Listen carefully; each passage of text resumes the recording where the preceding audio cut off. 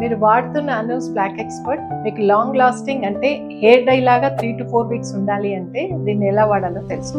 దీంట్లో step 1 henna, step 2 IndiGo ఉంటాయి. ముందుగా స్టెప్ 1 వాడే విధానం తెలుసు.